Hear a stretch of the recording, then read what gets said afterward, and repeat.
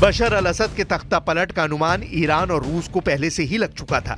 11 दिन पहले शुरू हुई लड़ाई के बीच ही दोनों देशों ने बशर से दूरी बनानी शुरू कर दी थी। राष्ट्रपति पुतिन ने सीरिया में मौजूद रूसी नौसेना और वायुसेना अड्डों को खाली करवा दिया है। सीरिया के टार्टस में मौजूद रूस के नेवल बेस में मौजूद रूसी पनडुब्बियां, युद्धपोत रूस ने सुरक्षित स्थान पर भेज दिए हैं। इसी तरह से सीरिया के खमीमिम में रूसी एयरबेस पर मौजूद लड़ाकू विमानों, मिसाइलों, ड्रोन और एयर डिफेंस सिस्टम को सुरक्षित स्थान पर भेज दिया गया है। ईरान ने भी अपनी सेना और टॉप कमांडरों को भारी हथियारों समेत वापस बुला लिया है।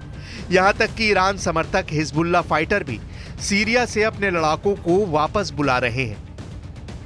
तुर्की के राष्ट्रपति अर्दवान जो चाहते थे, सब कुछ वैसा ही हो रहा है। सीरिया से रूस और ईरान की वापसी अर्दवान को इस मुल्क का बेताज बादशाह बना रही है, क्योंकि कमांडर जुलानी कोई और नहीं, अर्दवान का मोहरा माना जा रहा है। अर्दवान के कमांडर जुलानी को ऐसे सीरिया का ख्वाब दिखाया है जहां सिर्फ शांति ही शांति होगी। कमांडर जुलानी की जीत को अर्दवान ऐसी हकीकत बता रहे हैं जिसे रूस और ईरान को मान लेना चाहिए।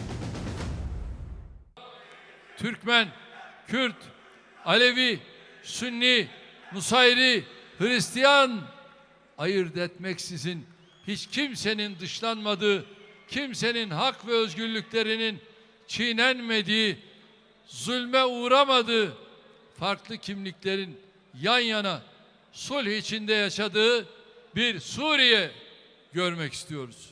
İnşallah çok yakın gelecekte böyle bir Suriye'yi göreceğimizi ümit ve temenni ediyoruz.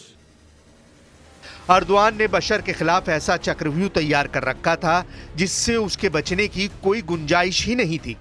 पश्चिमी मीडिया रिपोर्ट्स में दावा किया जा रहा है कि विद्रोही लड़ाकों के दमिश्क में धावा बोलने से पहले बशर ने अमेरिका से भी मदद की गुहार लगाई थी, लेकिन उनका आखिरी दांव भी खाली गया।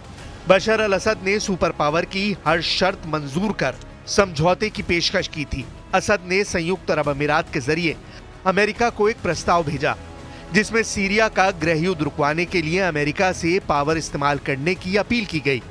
मिडिल ईस्ट से जुड़े पत्रकार सैम डागेर के मुताबिक बदले में असद ने ईरान के समर्थन वाले आतंकियों जैसे हिजबुल्लाह के साथ अपने सभी संबंधों को खत्म करने को कहा, लेकिन अमेरिका ने असद के ऑफर में कोई दिलचस्पी नहीं दिखाई। अर्दोआन की फूल प्रूफ प्लानिंग का असर ये हुआ कि बशर का पाला बदलना भी काम नहीं आया। This is a historic day for the Middle East. The collapse of the Assad regime, the tyranny in Damascus offers great opportunity, but also is fraught with significant dangers. America में दोबारा प्रेसिडेंट चुने गए Donald Trump ने पहले ही साफ कर दिया है कि सीरिया से अमेरिका का कोई मतलब नहीं। अमेरिका सिर्फ इस बात से खुश है कि सीरिया में रूस का दखल खत्म हो चुका है।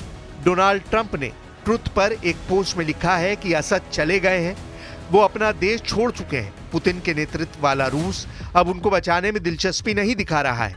रूस के वहां पर मौजूद होने की कोई वजह भी नहीं थी। ट्रंप से उलट व्हाइट हाउस ने बयान जारी किया है कि अमेरिका के राष्ट्रपति जो बाइडेन सीरिया में हो रहे अप्रत्याशित घटनाओं पर नजर बनाए हुए हैं। अमेरिका सीरिया संकट पर टकटकी लगाए हुए है, आज से नहीं 13 साल से। सुपर पावर ने सीरिया के युद्ध में अपनी सेना भी उतारी थी। अमेरिका के मंसूबे पर तब प्रेसिडेंट पुतिन ने पानी फेर दिया था। बशर अल असद की सत्ता बचाकर पुतिन ने अमेरिका को एक तरह से सीरिया में जबरदस्त पटखनी दी थी, मगर वक्त रूस और अमेरिका को फिर आज उस मोड़ पर ले आया है जहां विजेता अमेरिका दिख रहा है। हार बशर अल असद की नहीं, रूस की दिख रही है। यही एक वजह सीरिया युद्ध को विश्व युद्ध में बदलने के लिए काफी है। प्रेसिडेंट पुतिन को हार बर्दाश्त नहीं। सीरिया के अखाड़े में रूस की एंट्री हुई तो ऐसा युद्ध होगा जिसकी तबाही इंसानों ने नहीं देखी होगी।